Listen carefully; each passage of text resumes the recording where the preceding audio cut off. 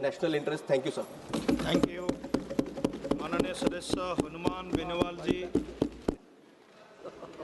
ये nuclear energy पर बोल रहा है जी। Hanuman ji, sir, nuclear energy bill है। हाँ उसी पे बोल रहा हूँ सर। आप देखिए, मैं बहुत ढंग से बात करता हूँ मेरी सर। सभापति जी बहुत विद्वान आदमी हैं, आप बोल रहे हैं कि नहीं बोलेंगे न्यूक्लियर पे। सभापति महोदय, सपोर्ट करने सभापति महोदय, सबसे पहले तो आपने मुझे भारत के रूपांतरण के लिए नाभिकीय ऊर्जा का संधारणीय दोहन और अभिवर्धन विधेयक 2025 चर्चा में भाग लेने का अवसर दिया, इसके लिए धन्यवाद। सभापति महोदय, विधेयक का उद्देश्य परमाणु शक्ति के लिए एक व्यवहारिक नागरिक दायित्व व्यवस्था बनाना, परमाणु ऊर्जा नियामक बोर्ड को वैधानिक दर्जा प्राप्त करना है। मैं आपके माध्यम से कहना चाहता हूँ कि परमाणु ऊर्जा क्षेत्र में क्रम रूप से आप निजी क्षेत्र को प्रवेश दे रहे हैं।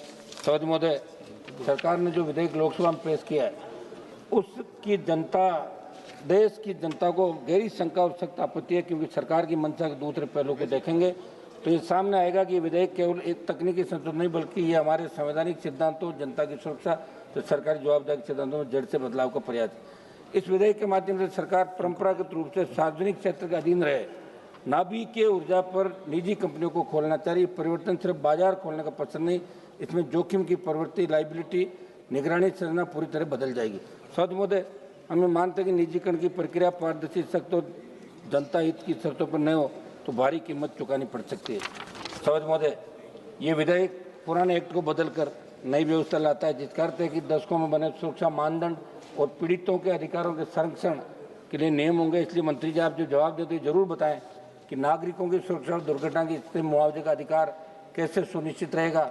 महोदय, आपके माध्यम से मंत्री जी ये भी पूछना चाहता हूँ कि विधेयक में देयता की सीमा और ऑपरेटर उत्तरदायित्व जैसे प्रावधानों का नई तरह से निर्धारण हो रहा है। कुछ कई मीडिया रिपोर्ट्स के अनुसार ये विधेयक इसलिए भी चिंता का विषय है क्योंकि नाभिकीय दुर्घटनाएं स्थानीय नहीं बल्कि क्षेत्रीय और पीढ़ियों पर असर डालती है। ऐसे बहुत सीमांत जोखिमों के लिए सीमित लाइबिलिटी पीड़ितों के पुनर्वास, पर्यावरण सर्वनाश के समय अपर्याप्त साबित हो सकती है।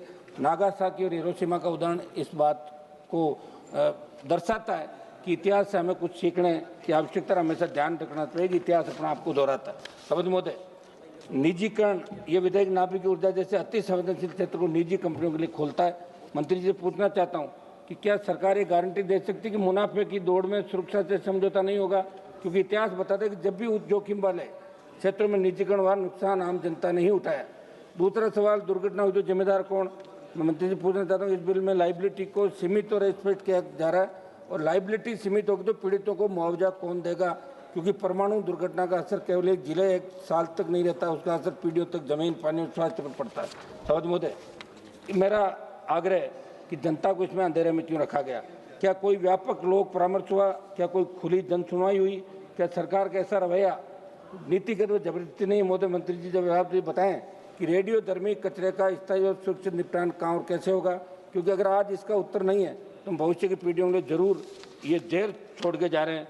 आपके माध्यम से सरकार को ये भी कहना चाहता हूँ कि विकास का मतलब ये नहीं कि सुरक्षा को कुर्बान कर दिया, जनता के अधिकारों को सीमित कर दिया जाए। मंत्री जी, लाइबिलिटी कानून को पीड़ित केंद्रित बनाया जाए, परमाणु ऊर्जा को पूरी तरह सार्वजनिक जवाबदेही के दायरे के अंदर रखा जाए। सभापति जी, ये अटल जी ने ये पोखरण के अंदर परमाणु जो परीक्षण किया था, और निश्चित रूप से उस समय बहुत बड़ा दबाव था। उससे पहले कांग्रेस सरकार के अंदर 1974 में परमाणु परीक्षण हुआ, और हिंदुस्तान ने बाहरी जितनी भी बड़ी ताकतें थी उनको दरकिनार करते, उनके दबाव को परमाणु परीक्षण करके ये वर्ल्ड में संदेश दिया कि हिंदुस्तान परमाणु क्षेत्र में बड़ी ताकत बन के उभर गया। लेकिन आज अपन जो करने जा रहे हैं, ये कोई खिलौनों की दुकान नहीं खोल रहे हैं, अपन खिलौना बना लिया कर लिया। ये हमारे पास अगर मेक इन इंडिया की अपन बात करें, जब परमाणु क्षेत्र में अपन प्राइवेट को घुसा देंगे सबको, तो अपन खुद क्या करेंगे, ये वर्ल्ड जानना चाहता है। ये मैसेज गलत वर्ल्ड के अंदर आपका जा रहा है। ये हमारी मांग है कि इसको एक बार आप पूरा सोच विचार करके और उसके बाद इसको पारित कराएं। बहुत बहुत धन्यवाद। महत्वपूर्ण मुद्दे हैं। माननीय सदस्य श्री